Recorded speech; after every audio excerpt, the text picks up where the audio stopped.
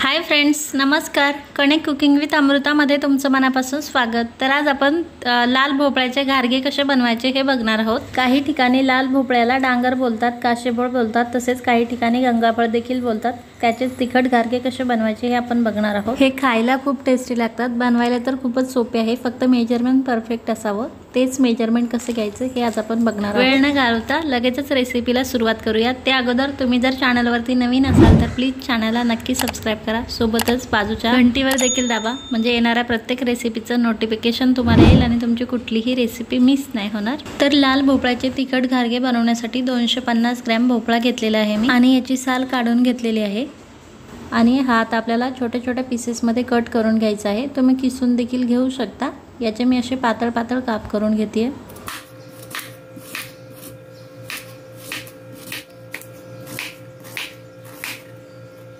तर भोपळ्याचे अशा प्रकारे काप करून घेतलेले आहेत मी. हे काप आपल्याला आता वाफवून घ्यायचे आहेत. तर हे मी एका डब्यात घालते आणि हा डबा आता आपल्याला कुकरमध्ये थोडंसं पाणी घालून त्यामध्ये ठेवायचं आहे. भोपळ्याला ऑलरेडी पाणी सुटतं, त्यामुळे आपल्याला पाण्याचा एक थेंबही यात घालायचा नाही. कुकरचं झाकण लावून याच्यात 4 ते 5 शिट्ट्या काढून घ्यायच्या आहेत. आता कुकरच्या 4 शिट्ट्या काढून घेतल्या. कुकर थंड देखील झालेला आहे आणि तुम्ही पाहू शकाल भोपळा आपला छान शिजलेला आहे, छान मऊ झालेला आहे. तर हा डबा मी आता बाहेर काढते. भोपळा तुम्ही असं चमच्याच्या साहाय्याने बारीक करून घेऊ शकता किंवा मग आपल्याकडे जे पोटॅटो मॅशर असतं ना पावभाजी बनवायचं, त्याने देखील हा बारीक करून घेऊ शकता. मी मॅशरनेच अशा प्रकारे बारीक करून घेते. भोपळा छान बारीक झालेला आहे. तर लगेच आता बाकीच्या जिन्नस आपल्याला यात घालायचे आहेत. तर इथे मी 1 टेबलस्पून बेसन पीठ घेतलेलं आहे. याने घारग्याला चव छान येते. तसेच 2 टेबलस्पून तांदळाचं पीठ घेतलेलं आहे. 1 टेबलस्पून बारीक रवा घेतलेला आहे. रवा आणि तांदळाच्या पिठामुळे छान कडक होतात घारगे, छान कुरकुरीत होतात. तसेच 1.5 चमचा अद्रक, लसूण आणि मिरचीचा ठेचा घेतलेला आहे, तो घातलाय आणि कोथिंबीर घालायची आहे. यामुळे घारगे दिसायलाही छान दिसतात आणि चवही छान येते. तसेच अर्धा चमचा ओवा घालायचा आहे, अर्धा चमचा जिरे घालायचे आहे आणि अर्धा चमचा हळद घालायची आहे. आणि त्यानंतर आपल्याला यात थोडं थोडं गव्हाचं पीठ घालायचं आहे. एकदम जास्त पीठ घालायचं नाही. लगेच चवीनुसार मीठ घालायचं आहे आणि आता याचा छान गोळा मळून घ्यायचा आहे. पीठ आपल्याला जास्त घट्टही मळायचं नाही आहे आणि जास्त पातळही मळायचं नाही आहे. आपल्याला पुरी लाटता येईल इतपत आपल्याला पीठ छान मळून घ्यायचं आहे आणि थोडं थोडं गव्हाचं पीठ घालायचं आहे कन्सिस्टन्सी ॲडजस्ट करत. तर सुरुवातीला मी 1 कप गव्हाचं पीठ घातले आणि त्यानंतर अजून अर्धा कप गव्हाचं पीठ घातलेलं आहे आणि हे आता छान मळून घेते मी. लागलं तर गव्हाचं पीठ अजून घालायचं आहे आपल्याला.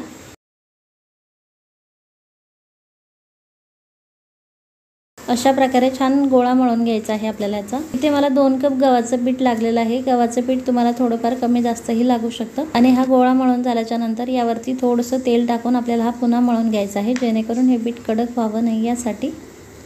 आणि आता हे आपल्याला 10 मिनिट फक्त रेस्टसाठी ठेवायचं आहे.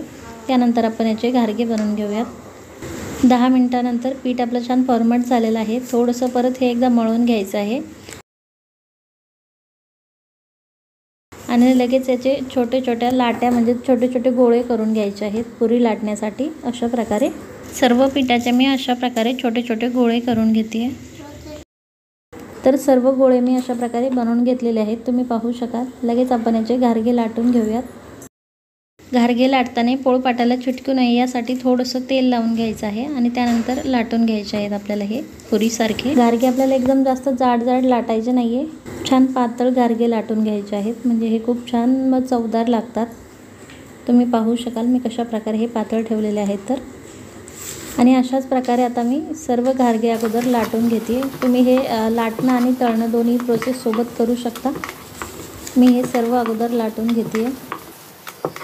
सर्व घारगे मी अशा प्रकारे लाटून घेतलेले आहेत. हे आता आपण लगेच तळून घेऊयात. घारगे तळण्यासाठी मी तेल गरम करायला ठेवलेलं आहे. तेल आपल्याला छान गरम होऊ द्यायचं आहे आणि त्यानंतर घारगे यात सोडायचे आहेत आणि तेल उडवत उडवत घारगे आपल्याला छान तळून घ्यायचे आहेत. खूप छान टम्म फुगताय घारगे, तुम्ही पाहू शकाल.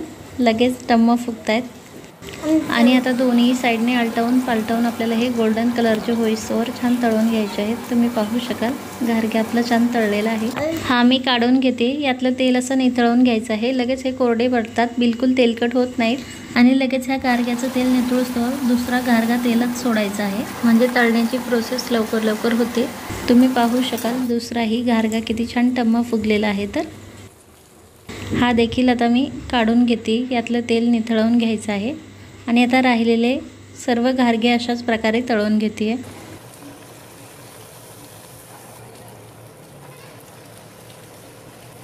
सर्व घारगे मी तळून घेतलेले आहेत आणि तुम्ही पाहू शकाल सर्व घारगे किती टम्म फुगलेले आहेत. तर चवीलाही खूप छान होतात हे घारगे आणि 8 दिवस सहज टिकतात. खूप छान टम्म फुगतात आणि खूप छान कडक कुरकुरीत होतात. आता पावसाळ्याचे दिवस आहेत, जास्त वेळ वरती राहिले की हे थोडेसे नरम पडतात. त्यामुळे हे थंड झाले की लगेच हवा बंद डब्यात ठेवायचे आहे, म्हणजे हे छान कडक आणि कुरकुरीत राहतात. तर फ्रेंड्स, कशी वाटली ही रेसिपी हे कमेंट करून नक्की सांगा आणि रेसिपी जर आवडली असेल तर प्लीज रेसिपीला लाईक आणि शेअर करा. बाय.